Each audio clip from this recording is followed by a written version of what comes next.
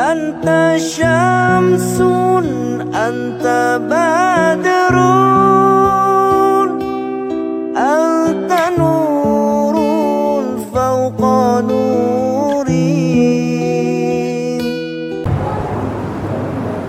Assalamualaikum warahmatullahi wabarakatuh.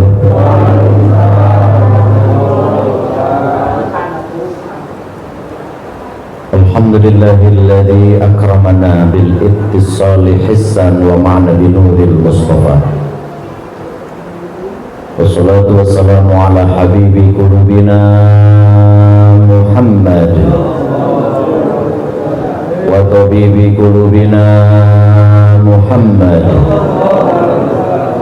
wa hayati arwahina Muhammad. Wajma' bainana fi hadhihi dar wa fi tilka dar bi nuri sayyidina Muhammad wa ala alihi wa ashabihi. Amma ba'du, faqala ta'ala fi kitabihil karim, a'udzu billahi minasy syaithanir rajim. Innal ladzina yatluna kitaballah wa aqamus shalah wa anfaqu mimma razaqnahum sirran wa alaniyah yarjuna tijaratan lan tabur. Shallallahul azim.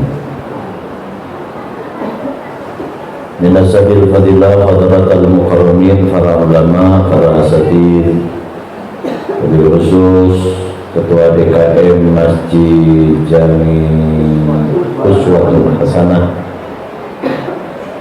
yang saya hormati dan Allah muliakan insyaallah. Minasabil adalah aparatur pemerintah, hubung lembur, pejabat daerah, Mudi Lulubuan, bersama Bapak Ketua RW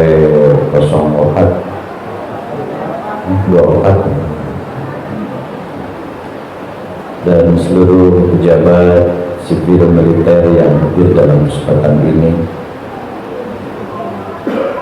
Yang saya hormati minasabil qurba, keluarga besar kaum muslimin wal muslimat, yang tanpa mengurangi rasa hormat dan khidmat saya tidak bisa disebut satu persatu. Khusus ibu-ibu, tetapi insyaallah semua yang hadir dalam kesempatan ini semoga dirahmati Allah Subhanahu wa ta'ala. Wabil khusus akhinal mahbub, komandan saya Pak Haji Ujang Al-Mukarram di Polrestabes. Wasilah beliau saya kedua kali hadir di tempat ini. Setelah mungkin ada sekitar 7 tahun saya tidak diundang lagi ke sini. Mudah-mudahan silaturahim ini menjadikan berkah di antara kita semua. Puji dan syukur kepada Allah atas nikmat yang Allah berikan. Alhamdulillah wa syukur ala ni'amillah. Sampai malam ini kita masih diberikan kesempatan umur panjang, diberi sehat lahir dan batin. Yang paling utama tentunya taufik hidayah Allah masih menyertai hati dan jiwa kita, yang dibuktikan dengan bisa hadir di tempat yang mulia ini. Hakikat memenuhi panggilan Allah, syariatnya kita dikumpulkan oleh Pak RW, Ketua DKM untuk memperingati Maulid Rasulullah Muhammad Sallallahu Alaihi Wasallam. Semoga hadir kita di tempat ini menjadi asbab dicatat amal kebajikan, diampunkan segala dosa dan kesalahan, serta segala tujuan cita-cita yang baik dunia dan akhirat semoga diijabah Allah Subhanahu wa taala. Salawat dan salam semoga tercurah pada baginda Rasul, Nabi Allah, Nabi akhir zaman, Nabi Muhammad sallallahu alaihi wasallam. Sebetulnya bulan Rabiul Awal itu sudah habis ya. tapi di spanduk yang saya baca ini masih peringatan Maulid Nabi.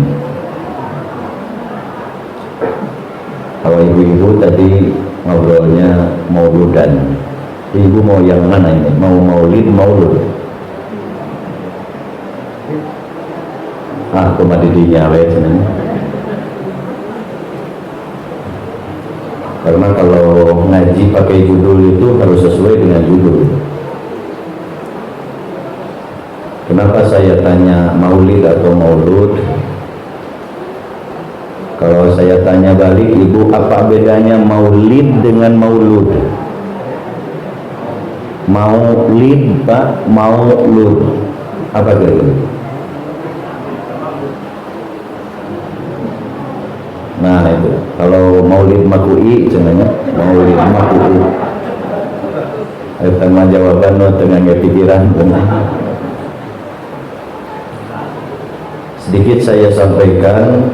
Kalau ibu bapak hadir di sini maulid Nabi, maulid itu isim makan atau isim zaman. Maulidun. Artinya ibu hadir untuk memperingati hari lahir Nabi dan tempat lahir Nabi. Kapan lahir Nabi? 12 Rabiul Awal 1500 tahun yang lalu.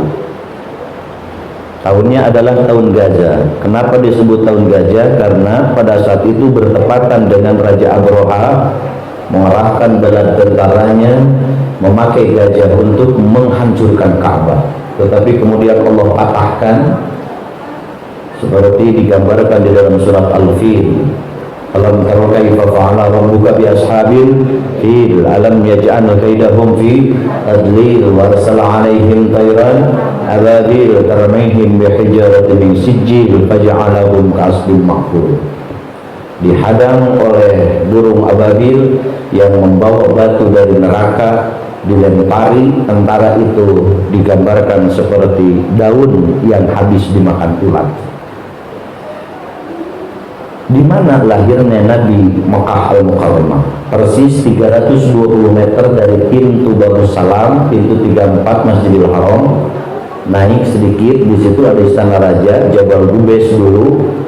Nah, di situ ada bangunan mungkin 2 kali masjid ini. Ukurannya 11 meter sampai 18 meter.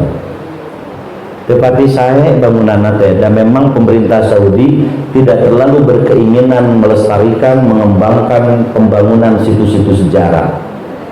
Bahkan konon 2010 akhir karena Maulid Nabi termasuk perluasan Masjidil Haram itu mau dibongkar. Cuman orang Iran waktu itu dan umat Islam kebanyakannya protes. Kata orang Iran, sebelum Iran di stop ke Mekah, ke Madinah ya, karena orang Iran itu sekarang sudah tidak haji dan tidak umroh lagi ke Mekah. Jadi mereka sudah buat Ka'bah sendiri di Karbala. Jadi muter sendiri. Kalau laur naik di Indonesia-nya. Itu akibat Syekh Syiahnya dipancung oleh Raja Salman. Protes orang Iran, protes sebagian besar umat Islam. Orang Iran ngancamnya gini, kalau Maulid Nabi dibongkar, maka Jabal Gubes yang berdiri megah istana raja itu yang pertama kali harus dibongkar. Karena Bapak kalau tahu Mekah dengan Jabal Gubes dengan istana raja itu sudah berdempetan, sangat dekat sekali. Akhirnya tidak dibongkar. Sederhana tempatnya, kalau Bapak hadir di sana ibadah umroh atau haji, kemudian berziarah ke Maulid Nabi, Masya Allah, jendelanya saja bagus masjid ini. Sebagian jendelanya sudah pada copot, Pak. Tetapi ada yang membahagiakan tempat yang sederhana itu hari ini menjadi maktabah Mekah Al-Mukarramah, menjadi perpustakaan kota Mekah Al-Mukarramah. Jika Bapak hadir di sana jam 9 sampai jam 4 sore, pintunya terbuka, Bapak bisa masuk. Kangge naon, Kang Haji, kangge ningalian kitab. Sebab itu jadi gudang ilmu. Kitab naon, kitab ilmu ada semua di situ. Bisa Kang Haji baca, bisa ari tiasa mah maosna. Mung Arabna Arab gundul. Kalau orang permata ini kan jangankan ke yang gundul, yang japrik saja sulit.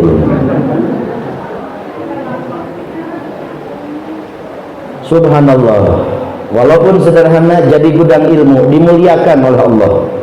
Nah, 100 meter ke bawah, Pak, di situ ada bangunan mungkin 100 kali lipat Maulid Nabi, megah 2 tingkat, dan itu hari ini fungsinya adalah WC, hamam, toilet.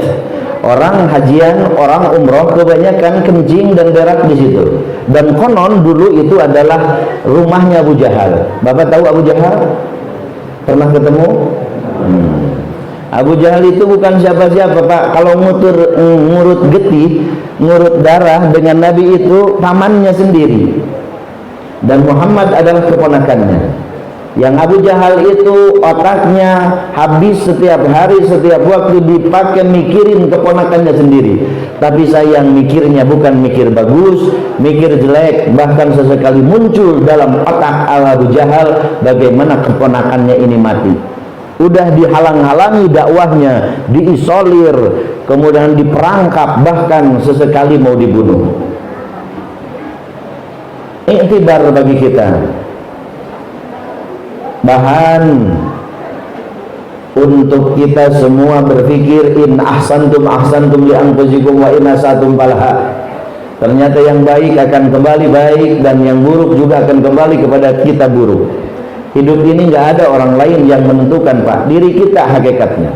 Jika ada sesuatu yang buruk atas diri kita, maka jangan pernah menyalahkan, gara-gara si anu saya begini, gara-gara si itu saya begitu. Tidak, sesungguhnya hakikat hidup ini kita yang menentukan. Baik dan buruk diri kita, itulah sesungguhnya pekerjaan kita. Seperti Allah telah menggambarkan dan membuat iktibar bagi kita supaya berpikir. Orang kekasih Allah yang dimuliakan Allah, Nabi Muhammad, pejuang risalah, jangankan di akhirat, di dunia walaupun tempatnya sederhana, Masya Allah, itu jadi gudang ilmu, dimuliakan. Tapi penentang Allah, musuh Islam, musuh Nabi, jangankan di akhirat, di dunianya saja tempat diamnya itu sudah dijadikan tempat najis. Makanya kalau tidak COVID, saya ini Padus bin Nikmah, Masya Allah, 2 kali 1 bulan ngantar umroh terus haji tiap tahun. Subhanallah, kalau hadir di situ saya terangin, Pak, ini sebetulnya bekas rumah Abu Jahal dulu. Wah, diterangin Abu Jahal jahatnya bagaimana. Ketika jamaah saya muka kerawat segalanya, ambek meren ke Abu Jahal. Pilih ayat dendam kene, maka kalau masih ada dendam ke Abu Jahal, kata saya, banyak kencing lah di situ, atau berak aja sekalian di situ. Masya Allah, Pak. Nah, Maulid Nabi itu hanya di situ, Pak. Selesai. Hari lahir Nabi dan tempat lahir Nabi. Nah, persoalannya sekarang, dan Maulid Nabi itu hanya ada pada bulan Rabiul Awal. Lepas Rabiul Awal tidak ada lagi Maulid Nabi. Yang ada adalah yang kedua, Maulud. Kalau Maulud itu kata santri isim maf'ul. Kalau ibu hadir, bapak hadir di tempat ini memperingati Maulud Nabi Muhammad SAW, maka yang diperingati adalah bukan hari lahir Nabi, bukan tempat lahir Nabi, tapi sosok yang dilahirkan. Siapa dia? Baginda Rasulullah Muhammad Sallallahu Alaihi Wasallam. Pamitos begitu-gitu, kinten-kinten, saya maulid, saya maulud. 2 nana saya. Maksud saya, kenapa harus seperti itu kan? Maulid Nabi malam ini, Maulid Nabi saat ini, kita lanjutkan besok Maulud Nabi Muhammad sampai hari akhir, sampai akhir hayat kita. Karena ada pengalaman kurang bagus, Pak. Saya pernah diundang ngaji di Kadupandak, daerah Cianjur Selatan. Subhanallah. Di situ itu kalau Maulud Nabi, Pak, Masya Allah, dari sisa sampai subuh. Mubaliknya aja 6. Habib dari Jakarta 2 orang, dari Bogor Habib bin Muhdor juga hadir. Saya ngaji paling bontot, persis 10 menit lagi mau subuh, masjid 6 merenang 10 dikeliin iya besar, pakai balandongan, umat hadir pada saat itu luar biasa, bukan ratusan lagi, mungkin 1000. dan sudah biasa ngaji sampai subuh gitu kan. Umat tenang, umat kuat gitu. Kalau di Permata ini ngaji lewat jam 11 mungkin ya mubaliknya ada 3, yang ketiga mungkin tinggal karpet. Nggak kuat kita Pak kalau ngaji lama-lama itu ya, benar nggak? Makanya hati-hati Pak, di sini juga Masya Allah, karena di Nasaihul Ibad itu kitab kecil Pak, raja iblis, raja setan itu namanya Jagius, diamnya di Ajrak. Nah Jagius ini punya 9 keturunan. Satu keturunannya setan Walhan, itu diutus dari Ajrak dengan bala tentaranya jutaan khusus untuk mengganggu orang yang ngaji. Dihalang-halangi Pak kita mah. Pertama dihalang-halangi, jangan berangkat. Udahlah, mulu dan nanti aja lagi. Sekarang hujan. Sudah. Lebih baik di rumah saja. Nggak usah. Paling juga gitu-gitu aja ceramahnya. Ya. Ustadz itu paling ya nyuruh baik, nyaram tidak baik gitu kan. Sudahlah, dihalang-halangi. Maaf Pak, masih berangkat Bapak, subhanallah. Setan nggak berdiam diri, langsung bergerak lagi di tempat ini. Yang dibawanya alatnya 2. Pertama paku, yang kedua debu. Kalau paku kemana Pak? Ke pantat. Jangan heran kalau ngaji gini pantat nggak enakin Pak. Ini saya nggak ngomongin orang lain, ngomongin ibu. Semenjak salam saya sampai saat ini saya ngomong, ibu sudah ada yang 2 kali rubah posisi. Bapak-bapak malah ya nulisnya hujan, yang ditilepkan, ditahan gitu kan. Terus aja dicolokin. Beda dengan nonton sinetron ya Bu, bujur tidak tamleg. Bapak Persib, Gapleh, tamleg bujur teh. Karena diasuh sama iblis. Kalau lagi di pengajian terus dicolokin Pak, supaya tidak kata orang Sunda mah kahayang nama ngaos teh bari lalanggiran gitu ya. Tapi kan malu. Dicolokin terus. Yang kedua debu ini, hawa ngaji ini pasti ngantuk Pak. Ya, lay-layepan gitu kan. Kalau ditaburin. Bahkan kata satu kitab itu Pak, kalau orang masuk masjid, masuk majelis ilmi atau majelis zikir, itu anak-anak iblis itu bergelayutan di antara bulu-bulu mata yang atas kita. Wah, dioyak-oyak Pak. Terus makanya Pak, kalau duduk jangan sampai gini. Kalau gini udah itu. Terus juga kepala kita katanya itu diunduk-unduk sampai kemudian kita hilang kesadaran. Ya. Makanya nauzubillah dari, mudah-mudahan kita terhindar dari godaan syaitan. Amin ya rabbal amin. Digoda, dihalangi Pak. Karena apa? Katanya dihususkan untuk menggoda orang yang cari ilmu. Kata Jagius, orang kalau sudah dapat ilmu dan ilmunya nyerap itu bahaya, ancaman besar bagi kita. Dia sholat kalau pakai ilmu susah kita godanya. Kalau puasa dia pakai ilmu susah kita menyelewengkannya. Kalau zakatnya pakai ilmu susah kita gagalkannya. Makanya halang-halangi orang supaya tidak sampai ke majelis ilmi. Jikapun sampai, goda terus di dalamnya supaya dia tidak dapat apa yang diinginkan. Makanya ngaji semacam gini Pak,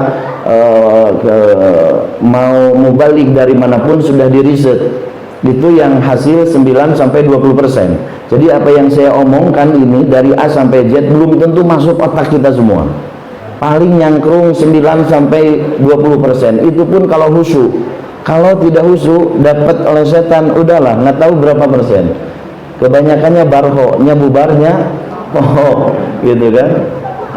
Tapi walaupun ilmu sedikit yang sampai akan diri kita, ada satu hal yang terbaik. Bapak Ibu berbahagia kumpul di tempat ini. Rasulullah menegaskan man ijtama'a qaumun fi buyutin min buyutillah thumma yadhkurunallah yuriduna ila wajha nadahum munadi minas sama qumu maghfurun lakum qad budilat lakum sayiatikum hasanat. Barang siapa yang kumpul di majelis ilmi, majelis zikir, hanya Allah yang diingatkannya dan segala kekuasaannya, maka ketika kita tinggalkan tempat ini, kumu maghfurun lakum, dosa kita diampunkan Allah. Amin. Ya Rabbal, siapa di sini yang tidak punya dosa? Kalau ada yang ngacung, saya tunjuk itu dosa Bapak karena ngacung. Ya, semua kita punya dosa, Bu. Mungkin yang paling banyak dosa saya. Mudah-mudahan hadirnya di majelis ini kita tinggalkan, nanti setelah selesai Allah ampunkan dosa-dosa kita. Qad budilat lakum sayiatikum hasanat. Dosa, kejelekan, kedurhakaan, kemaksiatan di masa lalu, insyaallah Allah ganti dengan kebaikan. Amin. Tapi syaratnya Pak, kalau ngaji gini, dimanapun Bapak hadir, Ibu hadir, jangan suka pulang duluan kalau sebelum ditutup dengan doa kifarat majelis. Karena nanti 5 menit lagi saya mau selesai, itu langsung malaikat ini surti nyabutin dosa dari ubun-ubun Bapak. Ini komandan dulu, sampai Pak RW, terus termasuk yang nundutan dicabut, malah nundutan Mas dicabut ya ini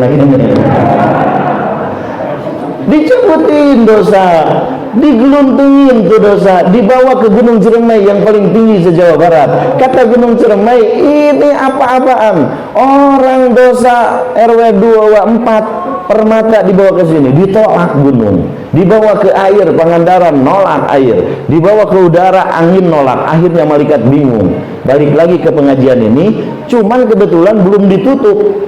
Tapi ada yang pulang duluan, maka gembolan dorakan sarariatnya dibikin ke balik dunia.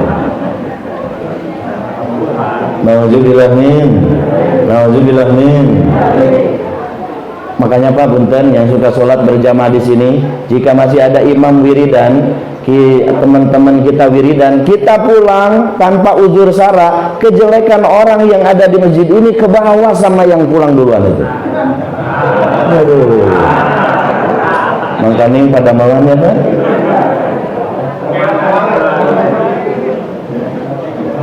Emang kita ini umat Islam Pak, sungguh jangankan di luar sholat, lagi sholatnya aja nggak bareng, datang nggak bareng, pulang nggak bareng, lagi sholatnya juga nggak bareng Pak, nggak bareng ya. Kalau ini sholat berjamaah di sini di shoot, nggak bareng.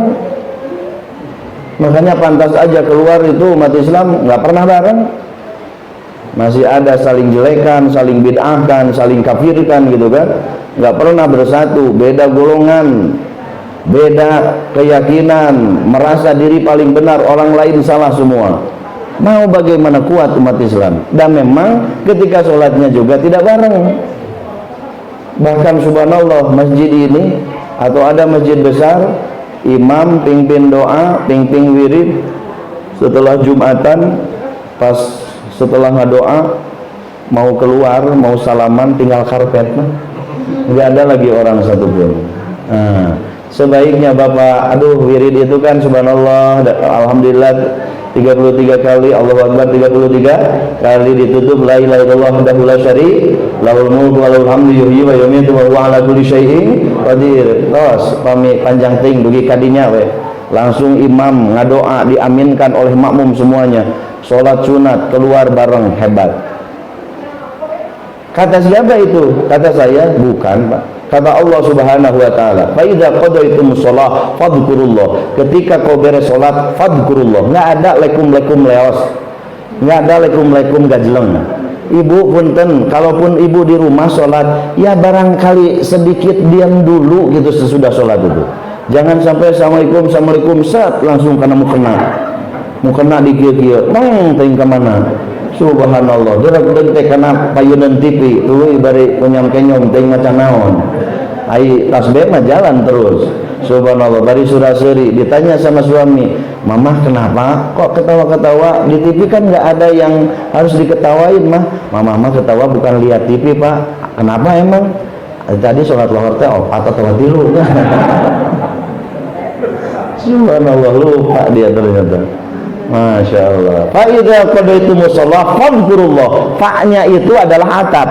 Kata santri di dalam alfiyah, wal fa'u bitartibi bit fisoli wa thumma litartibi bin fisoli. Kalau fa itu suka menyambungkan kalimat yang mempunyai arti langsung, tidak ada jeda. Jangan merubah posisi duduk.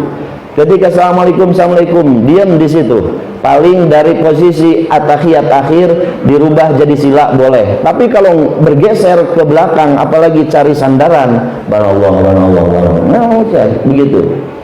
Langsung zikir.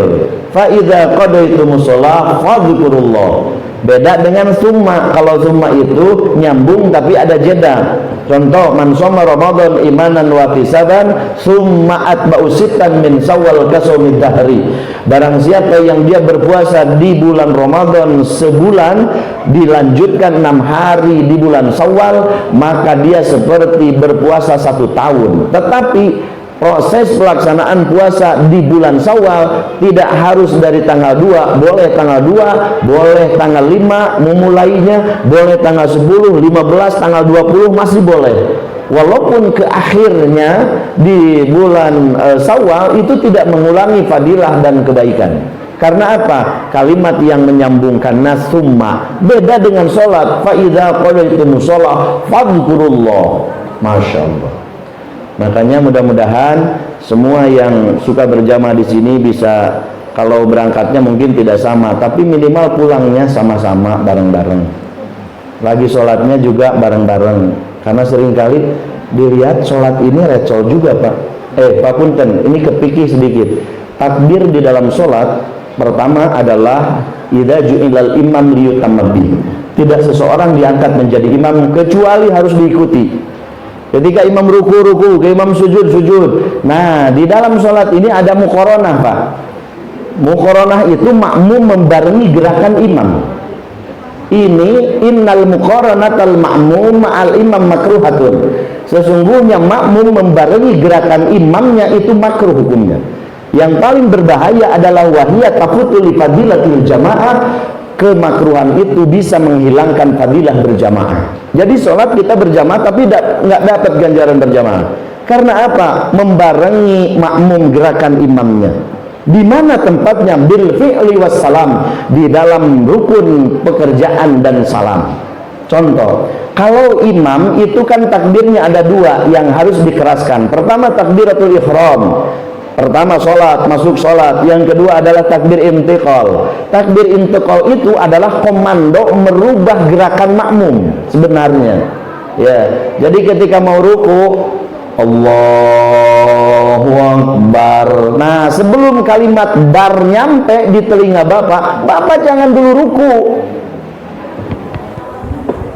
Iya mah kumaha. Imam kakara au, makmum bisa anu kieu. Sami Allahu liman hamidah dah. Sebelum terdengar kalimat hamidah, Bapak jangan dulu menggerakkan tubuh untuk berdiri i'tidal. Sami Allahu liman hamidah, baru bergerak Rabbana lakal hamdu. Nah, yang paling sering banyak menyamai gerakan Pak Ujang itu di sujud ke rakaat pertama. Karena banyak imam itu membaca Allahu Akbarnya itu dipaut di handap. Dari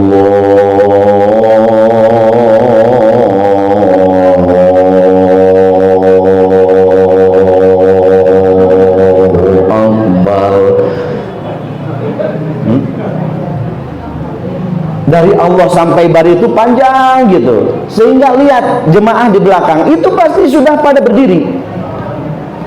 Dan ini udah dibuktikan, Pak. Abdi mah diniatkeun ya, salat waktu harita salat subuh ek dibatalkeun. Naon sabab ingin membuktikan benar enggak kalau dibaca panjang itu makmum bergerak. Ternyata laras, Pak. Wa abdi dibaca panjang Allah. Di tengah-tengah berhenti. Tingali ka tukang bener itu teh, Pak. Geus cara rangkat geus kararia. Ditaros abdi aja ka mana? Jadi walaupun panjang dibacanya, sebelum bar Bapak diam dulu. Atau mungkin harus dirubah, imam harus pintar, Pak. Jadi harus pintar membaca makmum. Kalau ada yang sholat nggak pakai ilmu, kasihan dia. Makanya saya itu semenjak tahu begitu, nggak lagi dibaca panjang dari bawah. Jadi ketika sujud mau ke rakaat yang kedua, saya mah berdiri bae lah. Kan udah mulai nu apaleun pan batur keur sujud. Berdiri dulu baru Allahu Akbar. Carengkat itu teh. Tapi kalau dibaca Allah, ini luan Pak itu teh. Yang belakang. Ini mungkin sepele, tapi ini luar biasa. Yang kedua disalam, Assalamualaikum warahmatullahi. Bapak sabar dulu, sabar, tenang. Jangan dulu salam. Insya Allah sebentar lagi itu imam akan salam ke kiri Pak, nggak akan kemana-mana. Assalamualaikum warahmatullahi. Sabar. Assalamualaikum warahmatullahi. Baru makmum semua ke kanan. Di Madinah Pak, Masya Allah. Di Madinah itu wallahu subhanallah ketika assalamualaikum warahmatullahi, makmum masih diam. Assalamualaikum warahmatullahi, baru derkabe semuanya ke kanan. Kita kan lain, imam baru makmum ustaz banget malah guys keluar di masjid. La ilaha illallah. Masyaallah muslimin yang dimuliakan Allah Subhanahu wa taala. Itulah bil fi'li wassalam. Kita nggak bareng. Nah, coba dengan Maulid Nabi ini kita mudah-mudahan bisa bareng. Ada apa dengan pengalaman yang tidak baik di sholat itu? Ternyata saya 10 menit lagi mau selesai ceramah, sudah 10 menit ke subuh selesai, umat dibubarkan, pulang semuanya. Ada yang lucu Pak, Maulid Nabi gebiar besar, panitia dibentuk, snack, makan, kemudian masjid dihiasi, kemudian juga balandongan dipasang, sound system menggelegar, para kiai mubalik habis-habisan ceramah. Tetapi ada yang lucu Pak, ketika subuh itu kata saya ke supir, nggak usah pulang dulu lah, kita subuh aja di sini. Saya sholat subuh di situ Pak, 10 menit lagi, 5 menit lagi saya masuk sholat sunat. Saya lirik ke belakang, kok belum ada yang hadir ini. Padahal itu muludan besar itu, maulid besar itu. Beres sholat Pak, saya jadi imam, subhanallah, saya salam, saya lirik ke belakang 11 orang. Itu pun kakek-kakek. Aki centek ka mana ieu ai jelema tadi keur muludan loba hari ayeuna teh aya. Apa jawab si kakek-kakek itu? Pak ajengan opan tunduheun tadi tos ngaji. Jadi ngantuk karena habis muludan semalaman. Apakah yang begini Maulid Nabi tiap tahun? Bukan Pak. Kita seringkali kaya konsep, gebiarnya iya, tapi ketika kita dihadapkan pada sunnah Nabi yang sesungguhnya, yang kita peringati Maulud Nabi, sosok baginda Rasulullah Muhammad SAW, kita kalah Pak. Bukankah subhanallah qabla subuh itu sangat ditekankan Nabi dan menjadi sunnah Nabi? Sangat Pak. Bahkan kata Nabi mengatakan, jika kebaikan qabla subuh ditimbang dalam satu timbangan, kemudian kebaikan dunia dan isinya disimpan dalam timbangan yang satu lagi, wallahi kata Nabi akan lebih berat kepada timbangan qabla subuh. Bahkan Nabi menjelaskan, man shalal fajra thumma qa'ada dzikrullah hatta tulu'i syamsi thumma shalla rak'ataini ka ajri hajjatin wa umratin tamatan. Barang siapa yang dia sholat qabla subuh, lanjut subuhnya berjamaah, wabil khusus bapak-bapak di masjid, ibu mau di masjid juga boleh, di rumah juga tidak masalah, karena ibu sholat di masjid itu hadisnya takririyah. Takririyah itu penetapan Nabi. Rasul ketika melihat kaum Ariyah berbondong-bondong menuju ke masjid bersama istri-istrinya, Rasulullah tidak melarang dan tidak memerintah. Rasulullah hanya senyum. Dengan senyumnya dan membiarkannya Rasulullah itu takririyah, berarti ibu boleh hukumnya melaksanakan sholat berjamaah di masjid, apalagi untuk mensyiarkan agama Allah. Dulu memang pernah dilarang ibu-ibu sholat di masjid karena masjidnya jauh, kemudian para roek ibu, banyak orang jahat. dan suka jadi fitnah.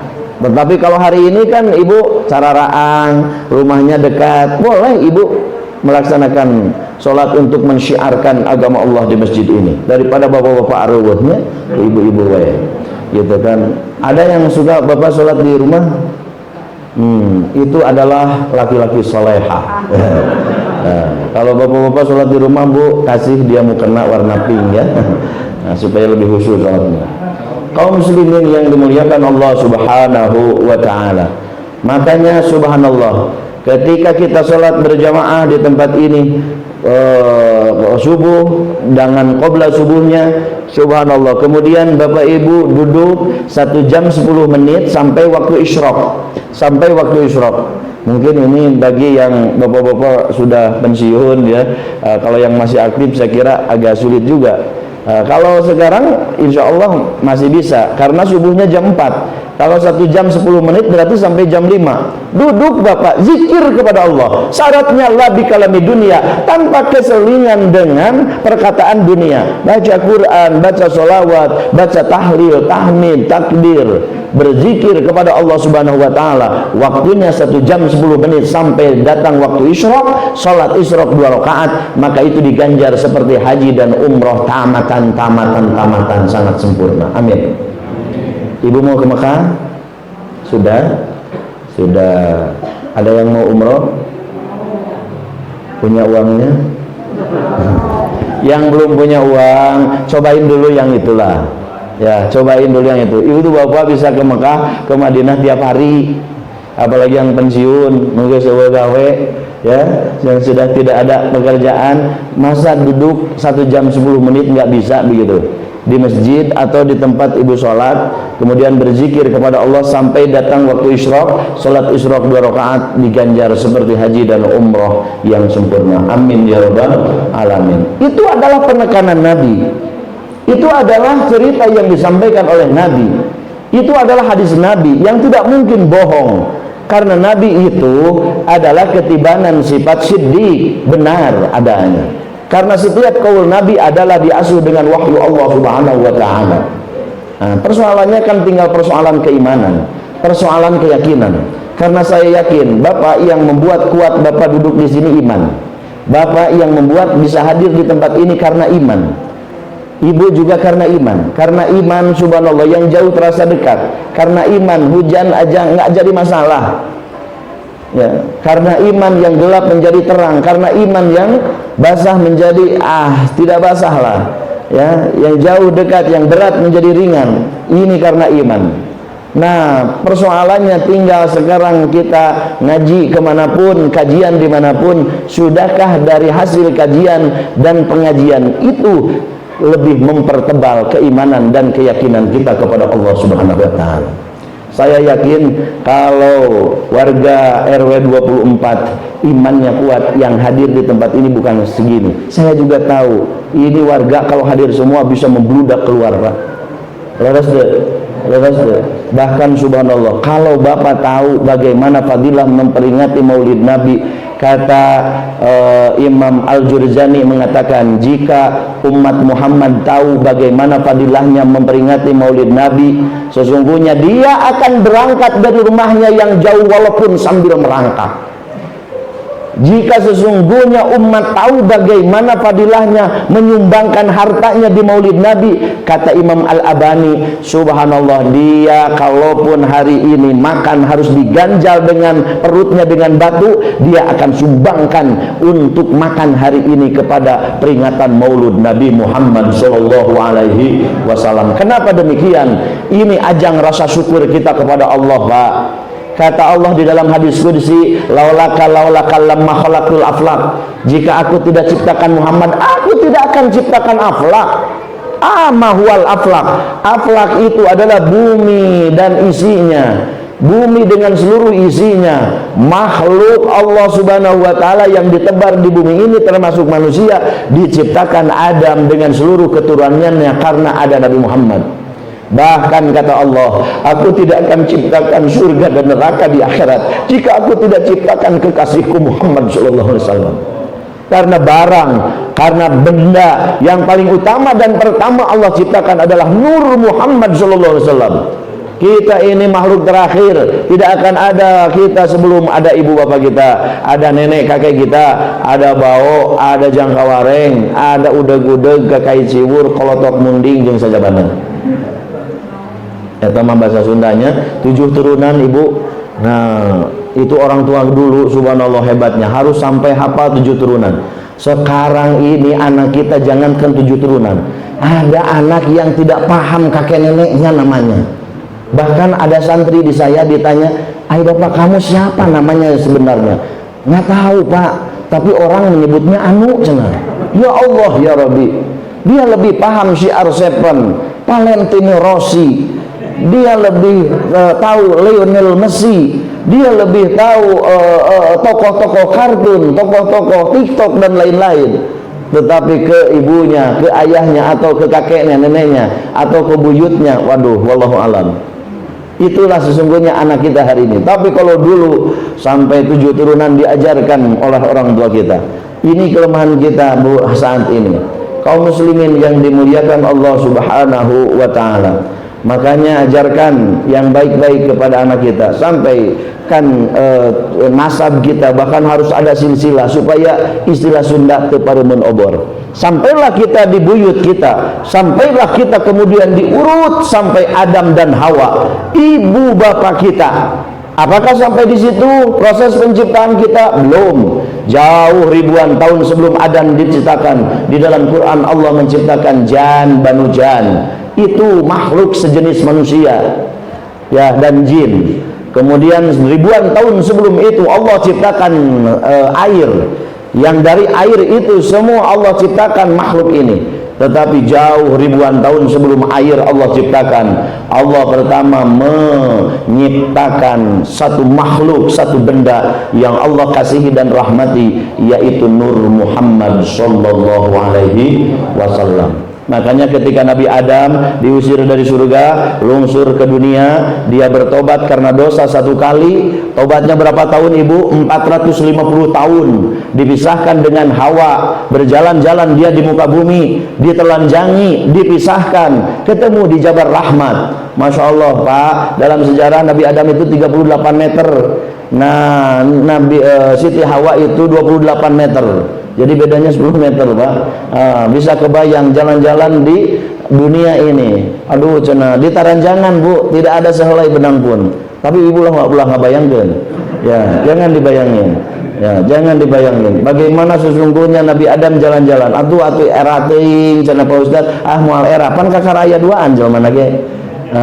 Dipisahkan 450 tahun dengan doa Rabbana zalamna anfusana wa illam taghfir wa tarhamna lanakunanna minal khasirin. Nah, ketika Nabi Adam sedang baring-baringan atau sedang tidur-tiduran di Mekah, di situ Nabi Adam teringat ada satu kalimat yang ketika diciptakan dia, di tiang-tiang aras itu ada lafaz la ilaha illallah Muhammadur Rasul.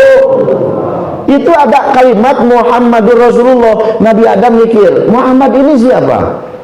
Kok namanya berdekatan sekali dengan Allah Jalla wa'ala, sehingga disebutlah la ilaha illallah Muhammadur Rasul. Kemudian Allah berfirman, "Hei Adam, tahu nggak kamu kenapa dosa kamu saya ampunkan setelah 450 tahun? Karena engkau baca kekasihku Muhammad sallallahu alaihi wasallam." Sehingga Nabi Adam itu pernah iri kepada kita Pak. Kata Nabi Adam begini, saya dosa sekali, diusir dari Allah, dari surga ke dunia. Tapi dosa Nabi umat Nabi Muhammad berkali-kali, setiap menit, setiap detik dia berdosa, masih ada harapan untuk masuk surga. Jadi umat kita, umat Islam ini ada jaminan dari Nabi Pak. Kullu ummati yadkhulul jannah illa man aba. Sesungguhnya semua umat Nabi Muhammad itu akan masuk surga kecuali yang tidak mau. Siapa yang tidak mau? Mayyaba ya Rasulullah. Siapa yang tidak mau? Yang tidak mau, man ata'ani dakhalal jannah wa man asani faqad aba.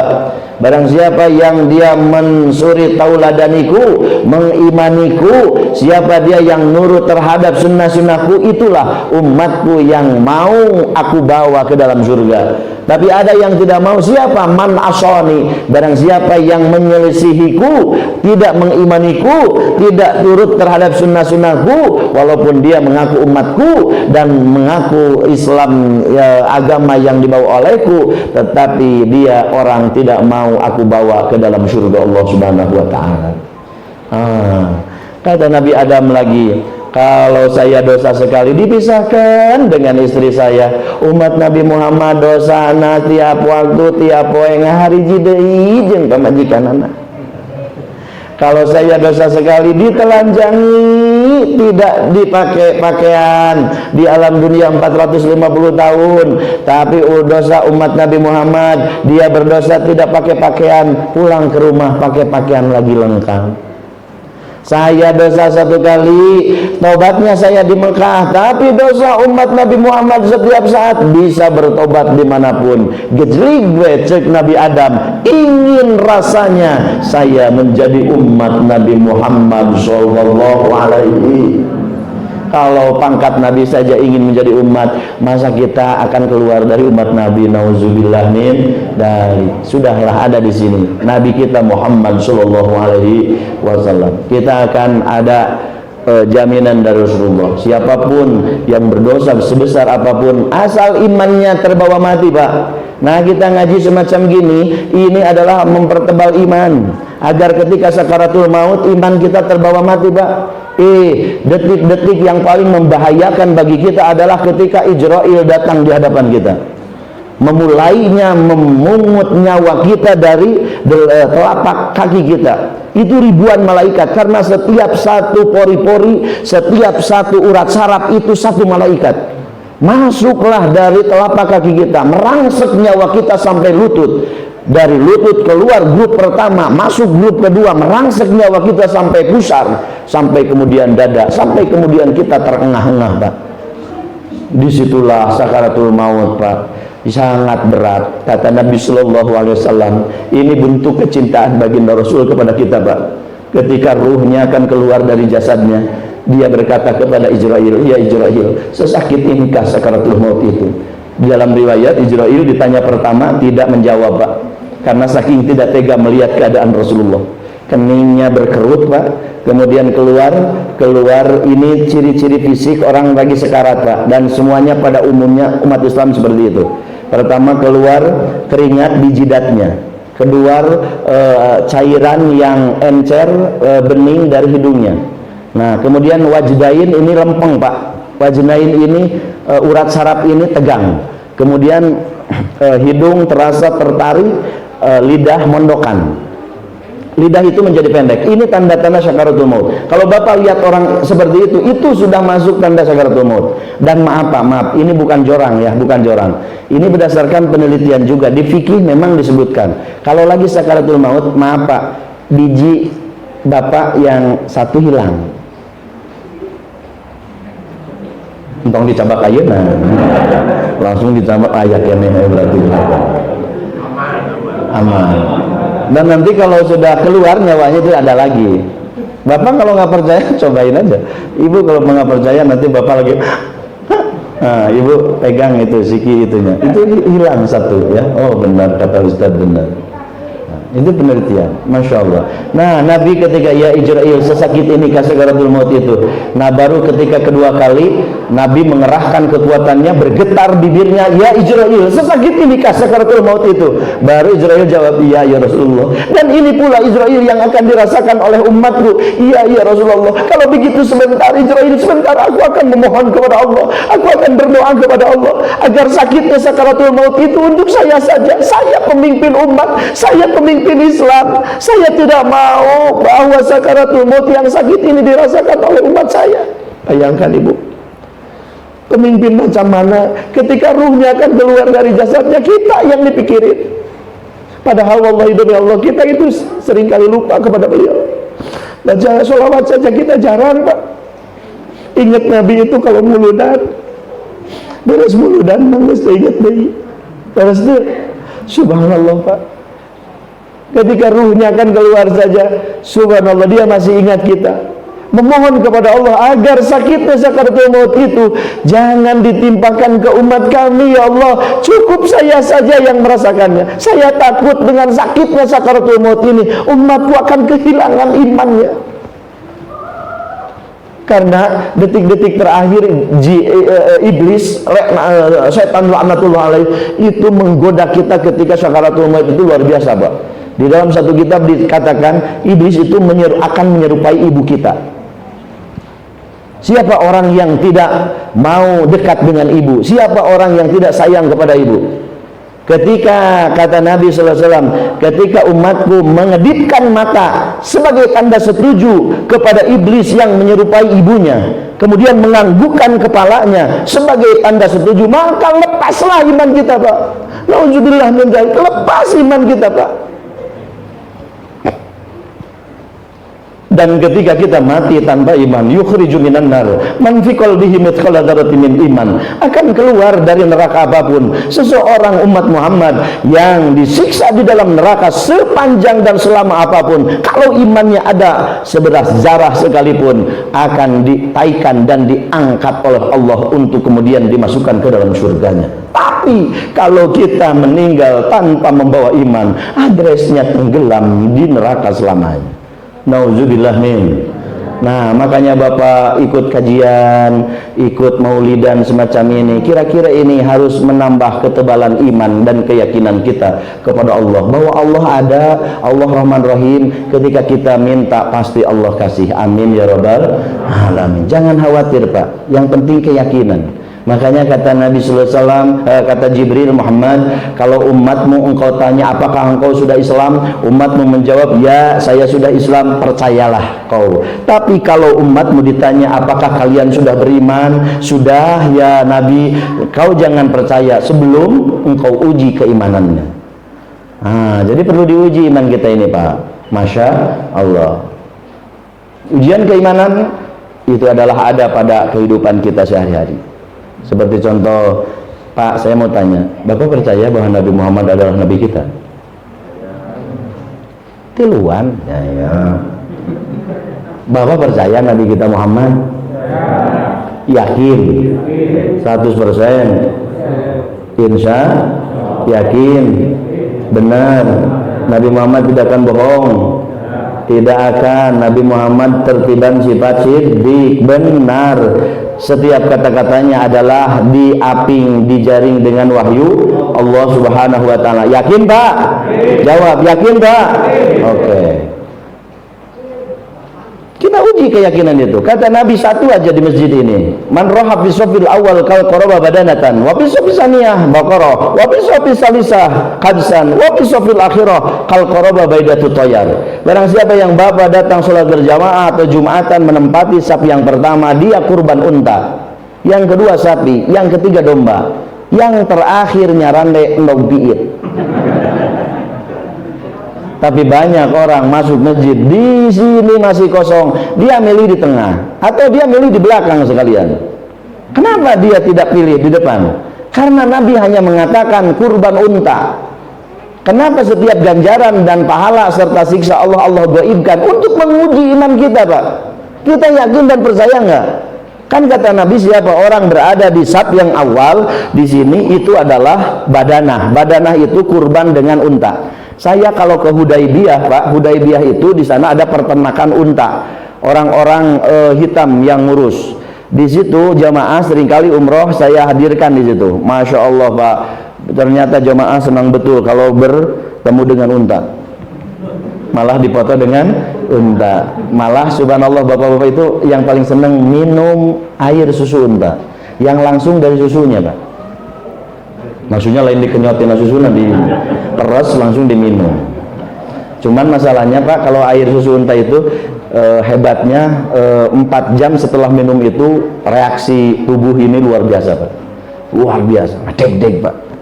Ya, dan itu strong.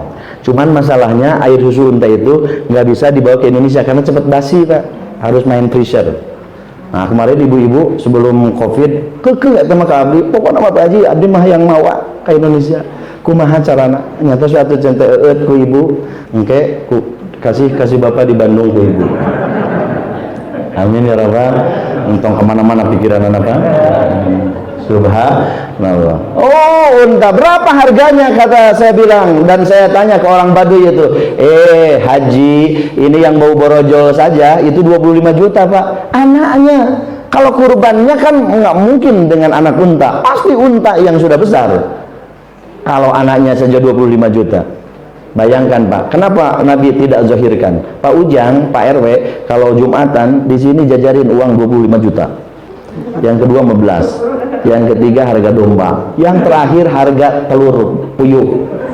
Kira-kira orang akan memilih mana? Saya yakin di depan akan seseredan Pak. Wah, seseredan, karena dizahirkan. Allah tidak dizahirkan. Bayangkan yang tadi, sholat qobla subuh timbangan 1, kebaikan dunia timbangan yang lain akan lebih berat ke qobla subuh. Cuma tidak didahirkan, hanya Rasul menyebut timbangan dunia dengan kebaikannya. Kalau itu dizohirkan nggak akan ke bawah Bu. Ini unta, sapi, domba dan seterusnya tidak didahirkan, orang tidak pada mau. Bahkan maaf, di saya masih ada orang sholat, dia berada di saf yang kedua atau ketiga, dia malah gini ke orang lain, Pak, enggak, yang kaharep, Masya Allah Pak, di kitab Fathul Mu'in orang yang mangga gitu, sholatnya dia makruh. Kenapa enggak dia yang ngisi gitu? Makanya saya sering protes juga ke komandan Pak Ujang, dan nggak di Polrestabes, nggak di Polda. Kalau di Polda itu kan ada tiga sajadah itu yang dikosongin Pak, untuk Pak Kapolda, wakil dan naon lah. Saya bilang kalau di masjid itu nggak ada kasta Pak, ya nggak boleh di masjid ada kasta Pak. Jadi nggak ada jenderal harus depan, tukang beca belakang, nggak bisa. Yang dokter Andas, MAG, SAG depan, yang SD belakang, nggak ada. Siapapun yang hadir pertama wajib dia dapat onta. Kalau dia tahu, cuman kebanyakan orang nggak tahu lagi, malah ngapa? Kapayun. Dia nggak duduk di sini, dia nggak diam di sini. Subhanallah, nggak tahu orang itu. Kenapa harus dikasih sama orang lain? Ma'asyiral muslimin yang dimuliakan Allah Subhanahu wa ta'ala. Makanya Rasulullah SAW mengajarkan kepada kita faktor iman. Diuji kita dengan keimanan. Ibu, saya uji ibu.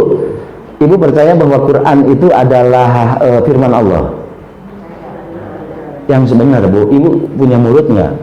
Nanti kalau ibu nggak ngomong, pulang dari sini nggak bisa ngomong gimana? Nauzubillah min. Nah, ibu percaya Quran itu firman Allah? Percaya benarnya? Yakin. Jangan ragu Bu. Kalau ragu ibu, jangankan satu ayat satu huruf kufur dan orangnya kafir. Kita harus yakin betul Quran ini firman Allah. Yakin kebenaran Quran itu, yakin. Bapak yakin Quran benar? Alhamdulillah.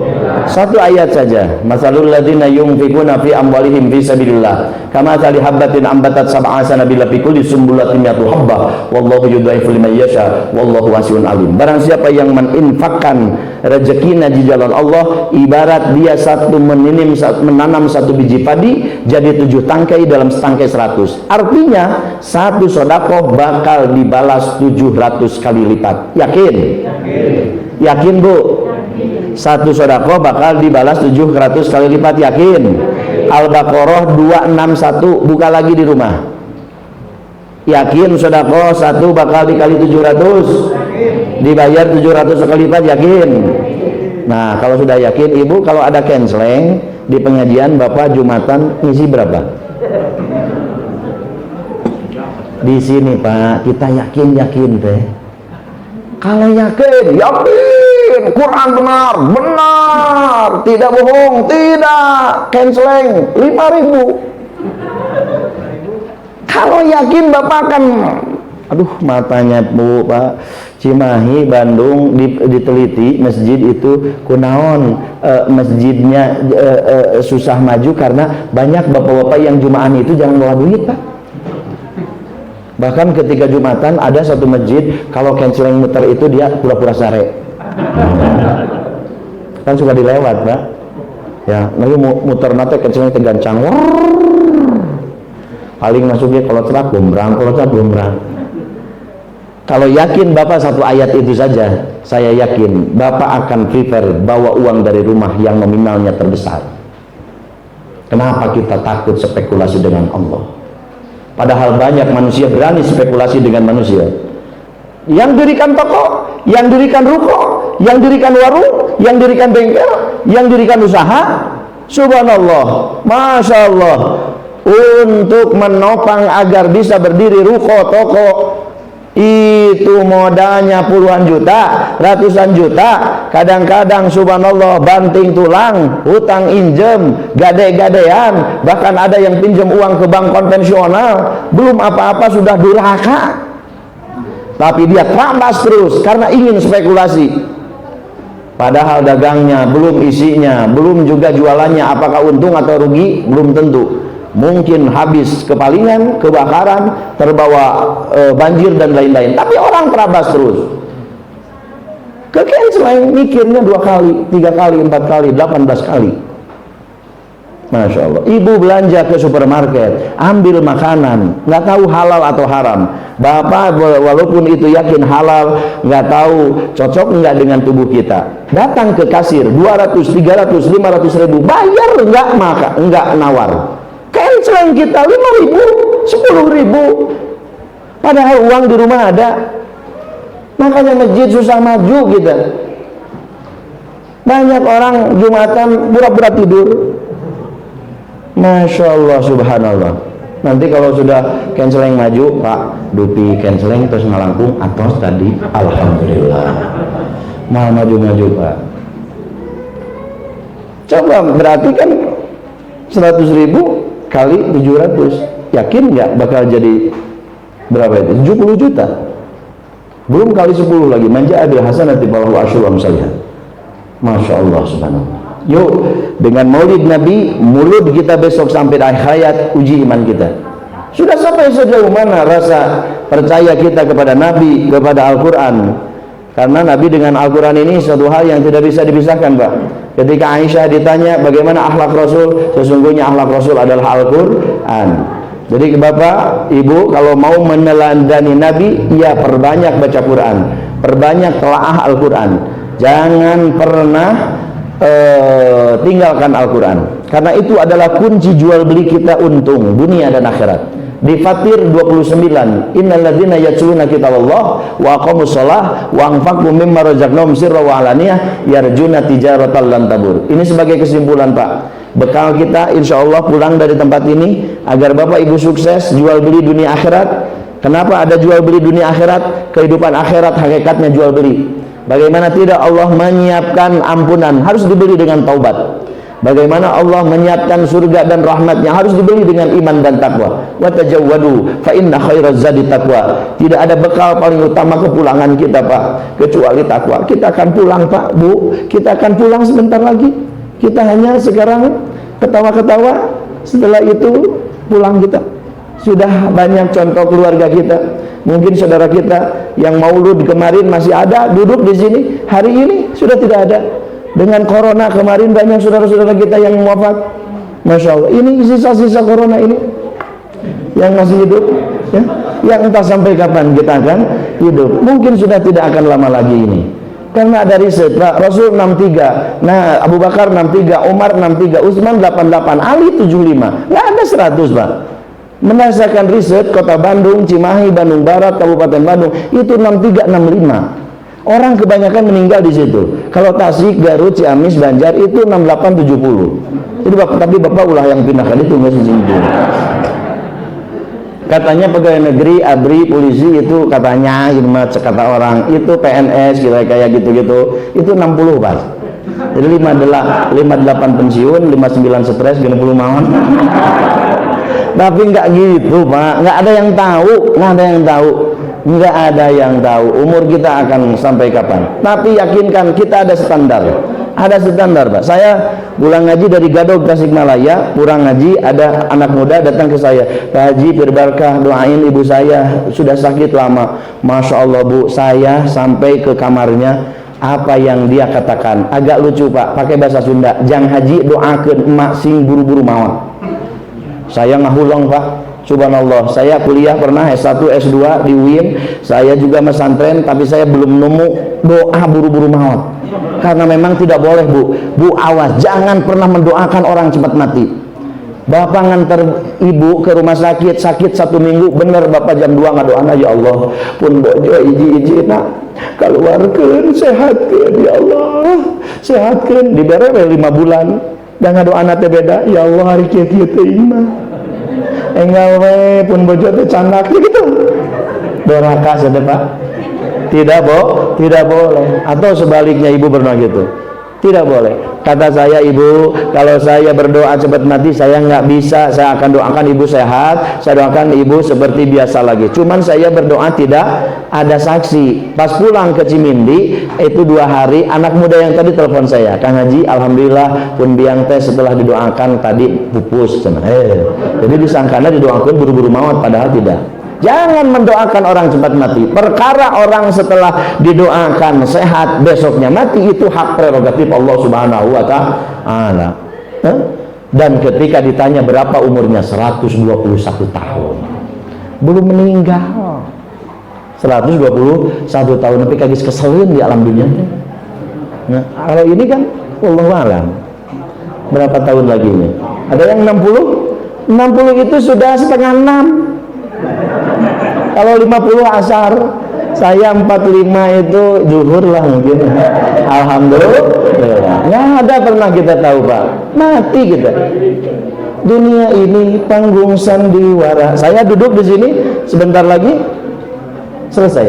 Ini sudah, oh masya Allah, setengah 10. Sudah lebih 10 menit.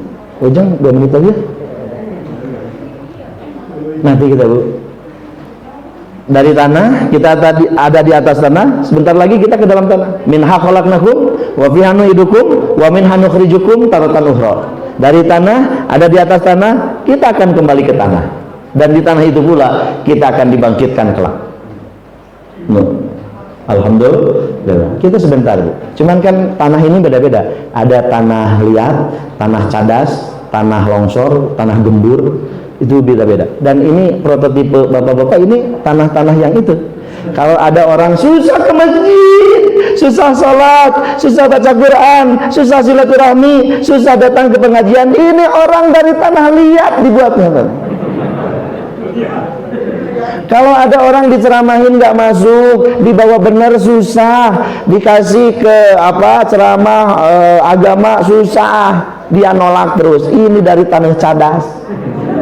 Kalau ada ibu-ibu nggak pernah bisa nyimpan uang dari suami, boros balanja wae eta tina taneuh longsor.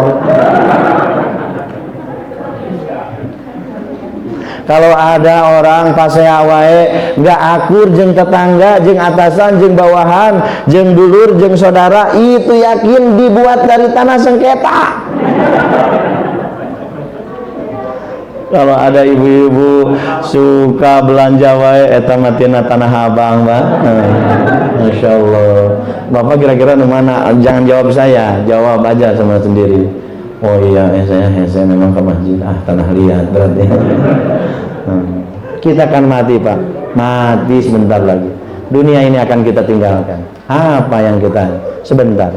Anak Adam di dunia teh kerumbara, umur anjir di dunia teh mualila. Tidak akan lama Bu, sebentar lagi kita akan meninggalkan.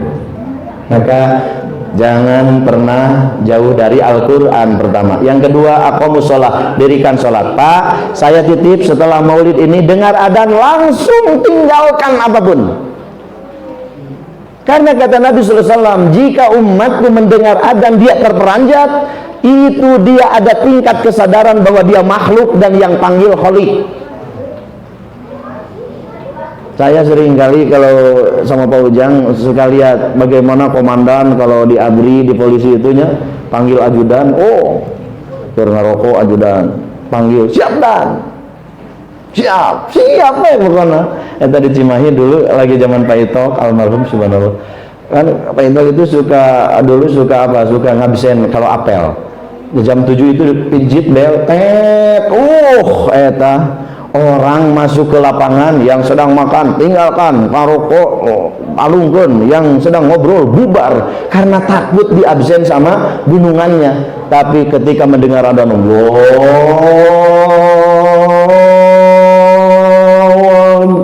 Bapak bagaimana? Terperanjat? Tidak, tenang. Nanti masih azan. Setelah qomat baru qomat. Jam 1 baru juga. Masya Allah Pak. Nanti di akhirat akan ada orang pegang palu godam di tangan kanan dan kirinya, diambil dari api neraka, kemudian dipukulkan secara bergantian ke kepalanya, pecah kepalanya, menjerit, dia jadikan lagi, timpa lagi dengan tangan kirinya, terus berurang-urang sampai Rasulullah menangis. Ya Jibril, ini siksa apa lagi bagi umat saya? Kok berat semacam gini ya Jibril? Rasulullah, sesungguhnya itu siksaan bagi umatmu yang selalu melalaikan waktu sholat.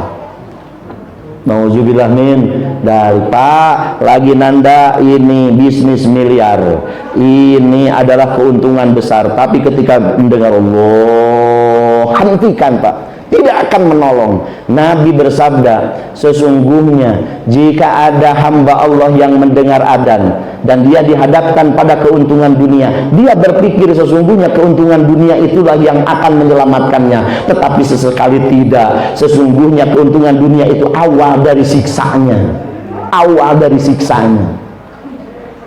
Kita seringkali sadar Pak, Masya Allah, nikmat Allah banyak Pak, nikmat Allah banyak, dikasih hidup, dikasih pekerjaan, dikasih rezeki. Kata Allah, ini aku putarkan siang malam, siangnya kepunyaanku, engkau bekerja dengan otaknya kepunyaanku, ilmunya kepunyaanku, dengan matanya kepunyaanku, tenaganya kepunyaanku. Apa yang kamu punya? Aku yang kuasa, aku yang maha kaya, aku yang titipkan kepercayaanku di kalian makhlukku. Tetapi kenapa engkau mendengar panggilanku kau diam saja? Ibu lagi di rumah nyetrika atau apapun, Allah babet setrika, sinetron pariman mual nulungan Bu, mual nulungan Persib gerame Pak, hariman setet kermuseup aya adan Allah babet eta useup. La ilaha illallah, tidak akan pernah menolong Pak, tidak akan pernah menolong. Ada yang suka mancing di sini? La haula wala, hentikan Pak, ulah mancing wae, apalagi ninggalkeun sholat. Tapi hebatnya anu mancing mah karuatan. Nanti di akhirat Pak, ada orang itu ketemu kita tangannya panjang sebelah, ya. Itu kalau tidak tukang gaplek, tukang musuh Pak, kieu wae jeung gitu. Subhanallah, naudzubillah min dari. Oke Pak, aqimi shalah, dirikan sholat. Karena kunci kebahagiaan hanya 4. Pertama, jangan ikut hitungan dunia dengan ibu bapak kita, dengan mertua. Kedua, sholat tepat waktu. Ketiga, sedekah. Keempat, jauhkan diri dari riba. Pinjam uang ke bank konvensional, ke bank emo, ke rentenir, naudzubillah. Di sini ada bank emo? Kalau di saya lagi merajalela Pak. Jadi orang didatangin, kumpulin 10 orang datang arah remok gitu, terus kasih KTP, dia dapat pinjaman. Itu Masya Allah, nauzubillah min dari. Hindarkan diri dari semua itu. Bapak Ibu yang dirahmati Allah, kunci sukses yang ketiga adalah anfaqu mimma razaqnahum sirra wa alaniyah, menginfakkan rezeki kita di jalan Allah Subhanahu wa taala dalam keadaan sempit atau lapang, dalam keadaan sembunyi atau terang-terangan sama saja. Yang penting jaga hati kita agar ikhlasnya terjaga, sampailah infak dan sedekah kita kepada Allah Subhanahu wa taala. Ulaika yarjuna tijaratan lan tabur, mereka itulah yang perdagangannya dunia akhirat tidak akan pernah merugi. Jadi kunci kebahagiaan kita dunia akhirat adalah pertama, dekatkan hidup dengan Quran, jangan tinggalkan Quran walaupun Bapak terbata-bata membacanya. Siapa kata Nabi sallallahu alaihi wasallam, man hafadha yaqra'ul Qur'an kiraman katibin wa may yaqra'ul Qur'an la taqta'u falahu ajrani. Barang siapa yang membaca Al-Qur'an dengan hafid ditalar itu seperti membaca dibarengi para malaikat. Tetapi barang siapa yang membaca Al-Quran terbata-bata, tidak tahu makhorijil huruf, tidak tahu aturan bacanya, tapi sangat berkeinginan di hatinya dia ingin baca dan terus berusaha baca, falahu ajroni, maka ganjarannya 2 kali lipat yang ditalar. Amin ya rabbal alamin. Jangan pernah tinggalkan satu hari pun baca Al-Quran walaupun 1 ayat.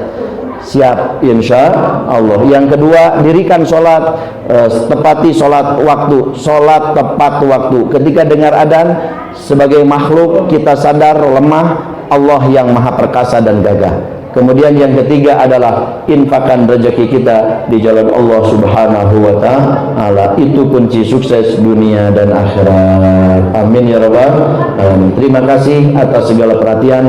Mohon maaf jika ada hal yang kurang berkenan, terutama dari sisi waktu. Ini molor hampir setengah jam karena tugas saya sampai jam 9:04, 20 menit.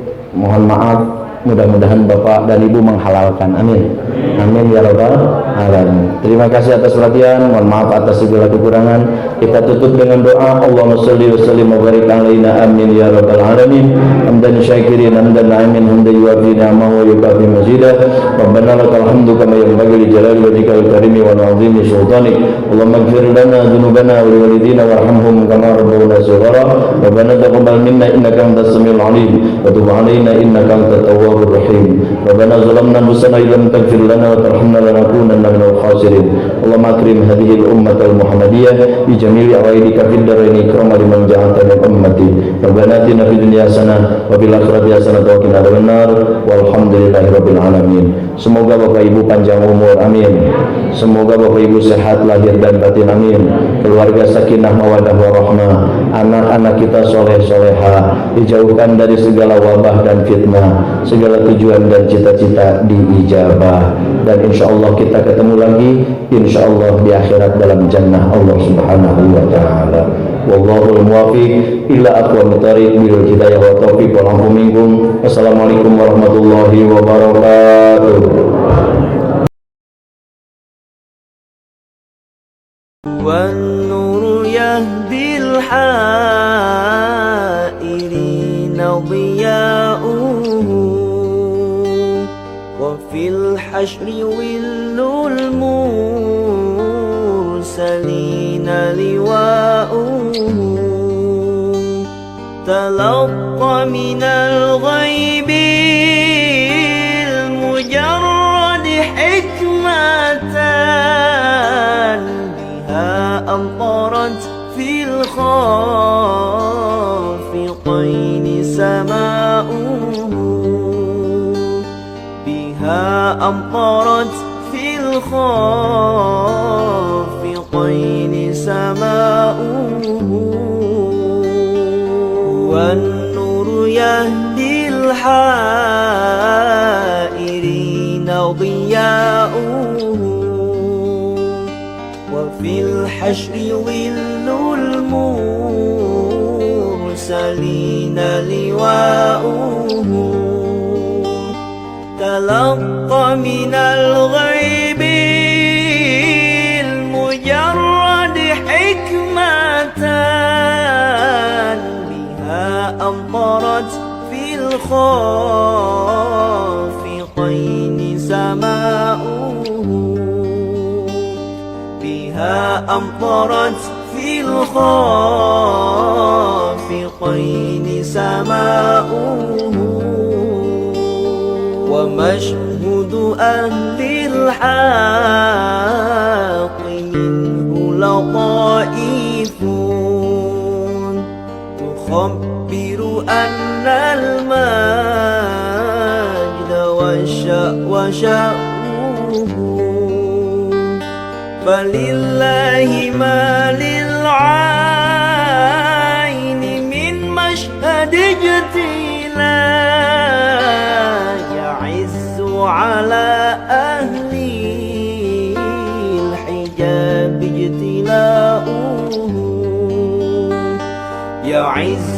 على أهل الحجاب اجتلاؤه.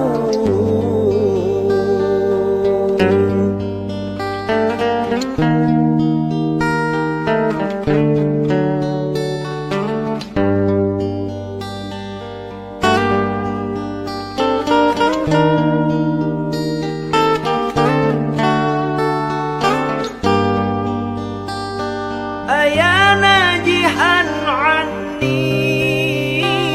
ومسكنه الحاشا، أجب من ملا كل النواحي نداؤه،